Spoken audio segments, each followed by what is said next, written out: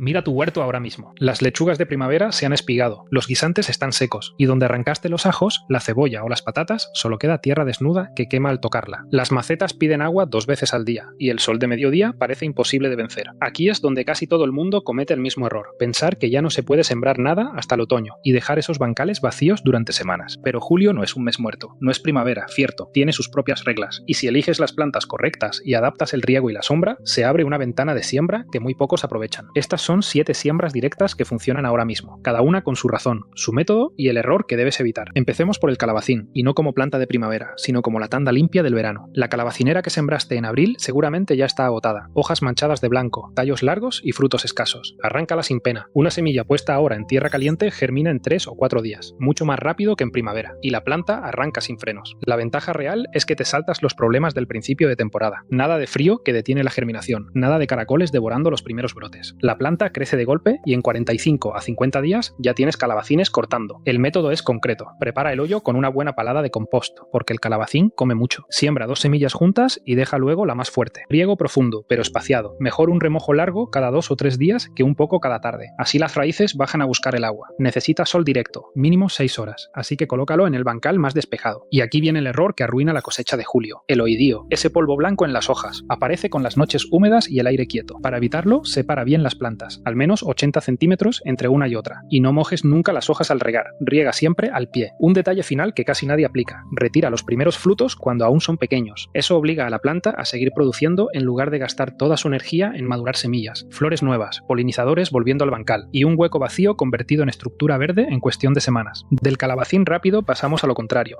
Una planta que siembras ahora pensando en dentro de 3 o 4 meses. La col rizada no busca velocidad, busca resistencia. Julio es el momento exacto por una razón concreta. Le das tiempo para enraizar antes de que llegue el fresco, y aquí está lo que casi nadie sabe. Con las primeras heladas suaves, su sabor mejora. El frío convierte parte de sus almidones en azúcares, y las hojas amargas de verano se vuelven dulces en otoño. Es de las pocas hortalizas que gana con el frío en lugar de rendirse. El manejo es distinto al del calabacín. La col rizada quiere suelo firme y bien abonado, no mullido. Si la tierra está demasiado suelta, la planta se tambalea y crece débil. Así que pisa un poco el bancal antes de plantar y añade compost maduro. Las primeras semanas son las delicadas, riego constante, sin dejar que se seque, porque un plantón joven en julio se estresa en una sola tarde de sol fuerte. Dale semisombra por la tarde los primeros días para protegerlo del calor. Y aquí viene el detalle que resuelve 2 problemas de golpe. Coloca una malla desde el mismo trasplante, filtra el sol más agresivo de esos días iniciales y, sobre todo, frena a la oruga de la col, esa mariposa blanca que pone huevos en el envés de las hojas y las deja como un colador. La malla es la diferencia entre una col entera y una devorada. La recompensa llega despacio, pero dura meses. Cosechas hoja a hoja durante todo el otoño y el invierno. Un bancal verde cuando el resto del huerto ya se ha apagado. Si la col rizada era paciencia pura, el pak choi es lo contrario absoluto. Siembras hoy y en menos de 5 semanas tienes tu primera verdura asiática en el plato. Con el calor de julio germina en 4 o 5 días. Ves los brotes casi de inmediato y en 30 a 40 días ya cosechas. Esa velocidad lo hace perfecto para lo que sobra en cualquier huerto. Un hueco pequeño entre 2 plantas grandes, una esquina de bancal, una maceta en la terraza. No pide espacio, solo pide humedad constante. Y aquí está el punto que decide todo. El pak choi, con calor seco y días largos, espiga rapidísimo. Levanta un tallo floral, deja de engordar hojas y amarga. Por eso no lo siembras a principios de mes. Espera a la segunda quincena de julio, cuando los días empiezan a acortar, o hazlo en semillero protegido del sol directo. La otra mitad de la solución es la sombra de tarde. El sol de las horas más fuertes es justo lo que dispara el espigado, así que dale semisombra a partir del mediodía y el riesgo baja muchísimo. Suelo húmedo siempre, nunca seco entre riegos. No esperes a que forme una cabeza grande. Cosecha tipo baby leaf, con la planta joven y tierna, antes de que piense en florecer. Cortas hojas pequeñas y crujientes, ideales para saltear en el wok en 2 minutos. Es el cultivo que te da una recompensa casi inmediata sin robarle sitio a nada. Mientras la col rizada trabaja para el invierno, el pak choi ya está en tu cocina. La col china juega con 2 temperaturas a la vez, y julio se las ofrece las 2. Necesita calor para germinar rápido, pero forma su cogollo apretado cuando las noches bajan de 20 grados. Al sembrarla ahora, arranca con el calor de estas semanas, y madura justo cuando llega el fresco de septiembre. Siembra directa en el bancal, con la tierra suelta y húmeda. La semilla es diminuta, así que apenas la cubres con medio centímetro de sustrato. Los primeros días son delicados. Pon una malla de sombra encima para que el sol fuerte no reseque la superficie ni castigue a los brotes recién nacidos. Riego constante, sin encharcar, porque el exceso de agua pudre el cuello de la planta joven. Y aquí viene lo que no puedes saltarte. La pulguilla y las orugas atacan desde el primer día. Dejan las hojas como un colador antes de que reacciones. Cubre con malla anti-insectos en el mismo momento de sembrar, no cuando veas el daño. Para entonces ya es tarde. Lo mejor es que no hay una única forma de cosecharla. Puedes cortar hojas sueltas tipo baby para ensalada mientras la planta crece, o esperar al cogollo cerrado y compacto para saltearlo. Tierno, jugoso, con ese punto dulce que aparece justo cuando la lechuga de verano ya se ha espigado y no te sirve. Es la transición perfecta. Aprovecha el calor que sobra para empezar y te da comida cuando el huerto empieza a cambiar de estación. Si acabas de vaciar un bancal y no sabes con qué llenarlo, el nabo es la respuesta más rápida y barata que tienes ahora mismo. Julio le da exactamente lo que necesita: suelo caliente para germinar en 7 a 10 días y semanas de sobra para engordar la raíz antes de que llegue el frío. En 6 a 10 semanas lo tienes en la mesa. La siembra es directa, sin trasplantes. Prepara la tierra suelta y fresca y reparte la semilla clara, sin amontonarla. Este es el error que arruina la cosecha. Cuando las semillas caen juntas, las raíces compiten y ninguna engorda. Cúbrela con apenas 1 centímetro. En cuanto asomen los primeros brotes, aclara y deja unos 10 centímetros entre planta y planta. Ahora el punto que decide el sabor. El nabo necesita agua constante, sobre todo las primeras 3 semanas. Si dejas que el suelo se seque, la raíz se vuelve fibrosa y amarga, y ya no hay marcha atrás. Riego ligero pero frecuente, para mantener la humedad sin encharcar. Esa regularidad es lo que te da una raíz tierna y jugosa. Y no cometas el fallo de esperar demasiado. El nabo joven es dulce y crujiente. El viejo, duro y picante. Cosecha cuando tenga el tamaño de una pelota de golf o poco más. Lo mejor es que aprovechas la planta entera, la raíz para guisos y encurtidos, y las hojas verdes salteadas como una verdura más. 2 cosechas de una sola siembra, con el sobre de semillas más económico del huerto. Si alguna vez sembraste hinojo en primavera y se te subió a flor antes de formar bulbo, no fue culpa tuya. En primavera los días se alargan, y ese alargamiento es la señal que empuja al hinojo a espigar. Sembrándolo ahora, los días ya empiezan a acortar, y la planta hace justo lo que quieres: engordar el bulbo en lugar de florecer. Este es el cultivo que solo sale bien plantado tarde. Dale suelo profundo, suelto y bien trabajado, porque el bulbo necesita espacio para expandirse hacia abajo sin encontrar piedras ni terrones. Siembra directa y aclara para que cada planta tenga sitio de sobra. Ahora, el punto que no admite descuido: el riego. El hinojo no perdona un solo golpe de sequía. Si el suelo se seca, el bulbo se endurece y la planta sube a flor sin darte una segunda oportunidad. Mantén la humedad constante y usa riego por goteo en lugar de aspersión, para mojar la raíz sin empapar la parte aérea. Cuando el bulbo empiece a asomar por la superficie, arrima un poco de tierra alrededor. Ese aporcado suave lo blanquea y le da una textura más tierna y un sabor más fino. Entre septiembre y octubre lo cortas a ras de suelo, con ese sabor anisado y fresco que no da ninguna otra hortaliza del huerto. Y mientras crece, sus hojas plumosas aportan una textura ligera y ornamental al bancal,